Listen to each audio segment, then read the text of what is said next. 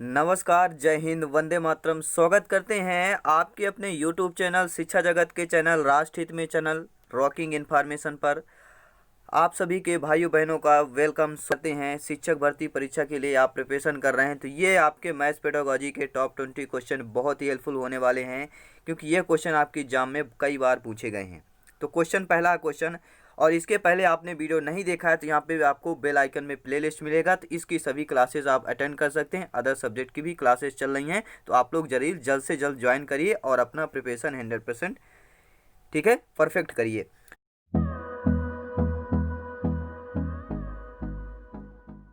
तो पहला क्वेश्चन यहाँ पर कि गणित के बेहतर होने के लिए एक व्यक्ति की आवश्यकता होती है। अगर गणित में बेहतर होना है तो क्या आवश्यकता होगी?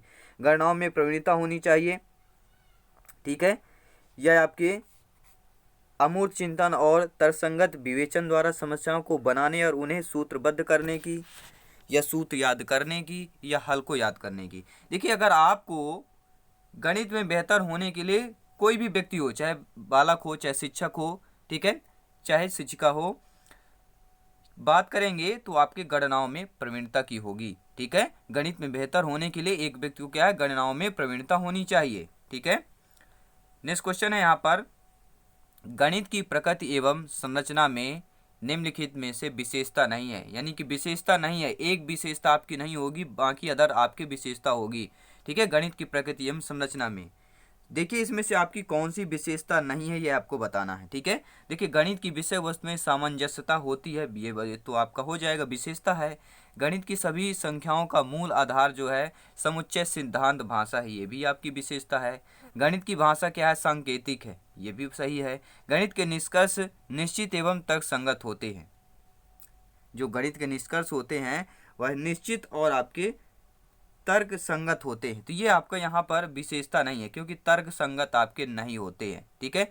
गणित की भाषा सांकेतिक होते, ये सही अच्छी है, ठीक है, सही बात है, विशेषता है आपकी। गणित की सभी संख्याओं का मूल जो आधार समुच्चय सिद्धांत भाषा है, ये भी सही बात है, तो आपका D option is the right answer, ठीक है। नेक्स्ट क्वेश्चन देखेंगे, गणित विषय में होने वाली संक्रियाएं, गणनाएं एवं सिद्धांतों का अध्ययन यथार्थ में किस प्रकार की प्रक्रियाएं हैं। यानी गणित विषय है, उसमें जो होने वाली संक्रियाएं हैं, गणनाएं एवं सिद्धांत का अध्ययन जो है यथार्थ रूप में किस प्रकार की प्रक्रियाएं कहलाती हैं। तो किस प्रकार की प्रक्रियाएं कहलाती हैं आप लोगों को बता सकते हैं, ठीक है। तो इसका राइट आंसर हो जाएगा, बहुत ही अच्छा सिंपल सा है कि मानसिक होगा, कि गणित के विषय में होने वाली जो संक्रियाएं, गणनाएं एवं सिद्धांत और अध्ययन यथार्थ होता है वह मानसिक रूप से प्रकार कहलाता है, ठीक है। कौन सी प्रक्रियाएं हैं? मानसिक रूप से प्रक्रियाएं हैं। अगला क्वेश्चन है, गणित शिक्षण में कौशलात्मक उद्देश्य के विशिष्टीकरण का उदाहरण है। भैया, अगर आपको गवर्नमेंट टीचर में पक्का नौकरी पाना है, शिक्षक बनना है, तो वीडियो सभी क्लासेस अटेंड करिए, रॉकेट की तरह आपको इन्फॉर्मेशन मिलेगी। इसीलिए चैनल का नाम ही है रॉकिंग इन्फॉर्मेशन यूट्यूब चैनल। यानी आपको, ठीक है, आपको रॉकेट की तरह इन्फॉर्मेशन देना, वीडियो देना, ठीक है।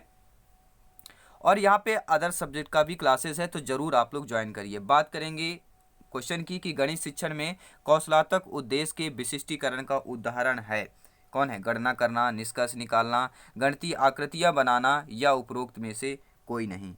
तो क्या हो जाएगा? देखिए, गणितीय आकृतियाँ बनाना गणित शिक्षण में कौशलात्मक उद्देश्य का विशिष्टीकरण का उदाहरण है, गणितीय आकृतियाँ बनाना, ठीक है।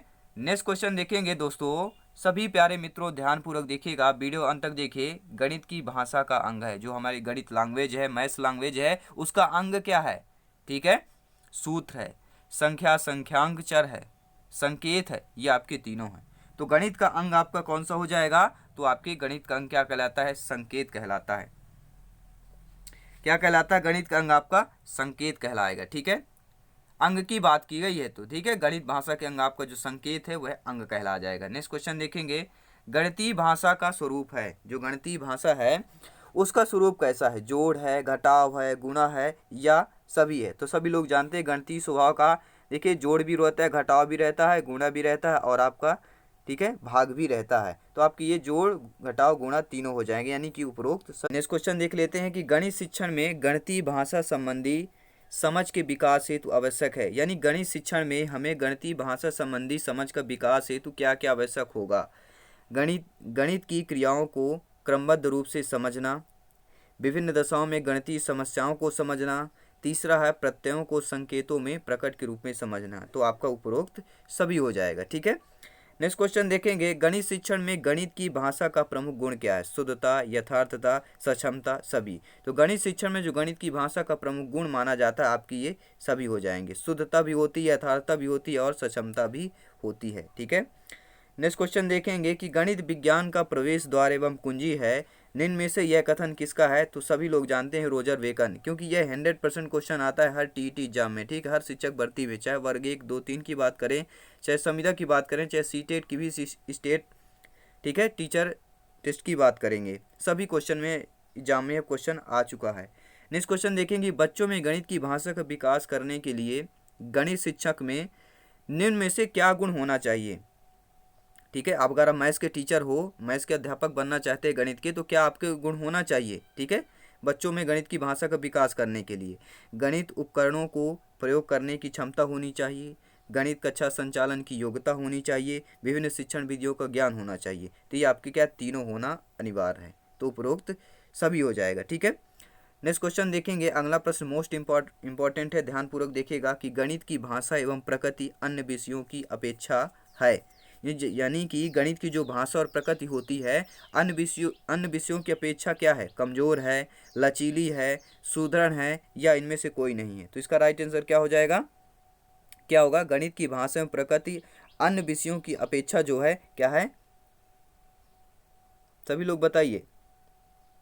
अधिक सुदृढ़ हो जाएगा। ठीक है, तीसरा ऑप्शन राइट हो जाएगा। ठीक है, नेक्स्ट क्वेश्चन देखते हैं सभी प्यारे प्यारे मित्रों से। ठीक है, प्यारे प्यारे लाइक बिल्कुल उम्मीद करता हूँ। इतना मेहनत करते हैं दोस्तों, इतनी गर्मी है फिर भी हम आप लोग देखिए फ़ैन भी बंद करना पड़ता है क्योंकि ऑडियो आपके लिए साफ़ आ जाए। ठीक है, फ़ैन कूलर सब कुछ बंद करना पड़ता है, तब आपके लिए ये वीडियो बनता है, वो भी पूरे, क्योंकि क्वेश्चन सिलेक्शन करना, आप तक सही क्वेश्चन पहुंचाना, उसके सही आंसर पहुंचाना लगभग 2 से 2.5 घंटा एक वीडियो का लग जाता है। तो ये मेहनत आपके लिए वाकई में, अगर आप चाहते हैं मेहनत की सफलता देना चाहते तो लाइक शेयर जरूर किया करिए। ठीक है, तो गणित की भाषा का महत्व देखेंगे तो शारीरिक कौशल के विकास में होता है, संप्रेषण कौशल के विकास में, ठीक है, तर्कात्मक कौशल के विकास में, या 1 व 3 हो जाएगा।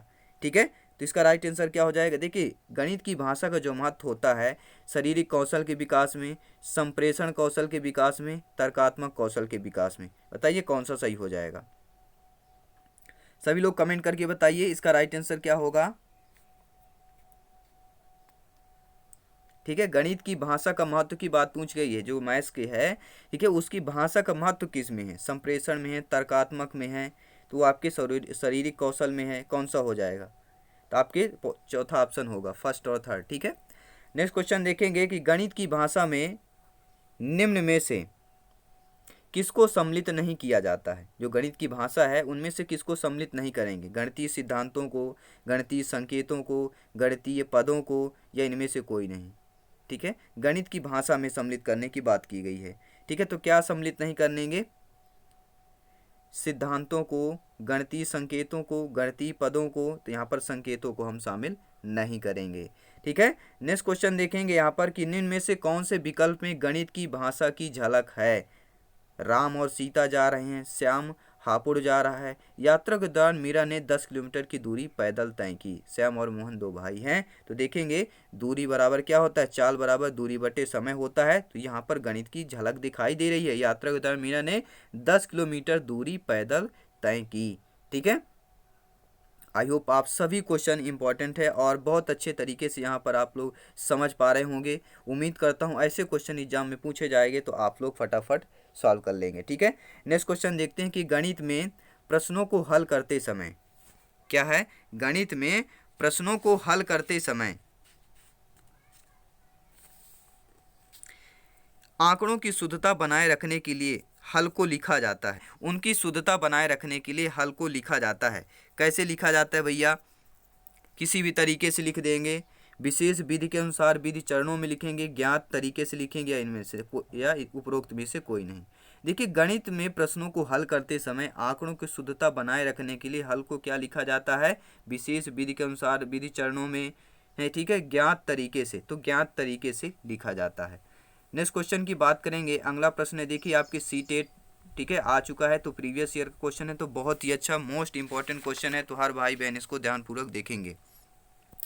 गणित की पाठ्य पुस्तक में विभिन्न प्रकरणों में खंड अभ्यास समय को समावेशित करने का उद्देश्य है। ठीक है, यानी बहुत ही सिंपल भाषा में ये पूछा गया है, जो गणित की पाठ्य पुस्तक होती है उनमें जो विभिन्न प्रकरण होते हैं, खंड होते हैं, वो अभ्यास समय प्रैक्टिस टाइम को समावेशित करने का उद्देश्य क्या होता है। ठीक है, उसमें जो अभ्यास साथ साथ में क्या होमवर्क अभ्यास प्रैक्टिस सेट कर हो रहता है, तो वो जो समावेशित किया जाता है करने का उद्देश्य क्या होता है, तो उसका उद्देश्य यह होता है कि विस्तृत अधिगम अवसर प्रदान करना, यानी कि D option is the right answer. ठीक है, नेक्स्ट क्वेश्चन देखेंगे कि वैदिक गणित आजकल विशेष रूप से प्राथमिक विद्यालय के बच्चों में बहुत लोकप्रिय होता जा रहा है। इसका प्रयोग निम्नलिखित में से किसके विकास या संवर्धन में होता है। यानी वैदिक गणित जो आजकल है प्राथमिक विद्यालय यानी 1 से लेकर 5 तक की क्लास की बात की गई है। ठीक है, यहाँ पर बहुत ही ज़्यादा प्रचलित और लोकप्रिय हो रहा है, यानी कि पसंद कर रहे हैं। तो आपको एक निम्नलिखित में किसके विकास संवर्धन में होता है। विद्यार्थियों के गणित में परिकलन प्रक्रिया की समझ में, विद्यार्थियों के गणित में समस्या समाधान कौशल, विद्यार्थियों की गणित में एकाग्रता, या गणित में गणना के कौशल तथा गति। तो आपका चौथा ऑप्शन सही है कि गणित में गणना के कौशल तथा गति के।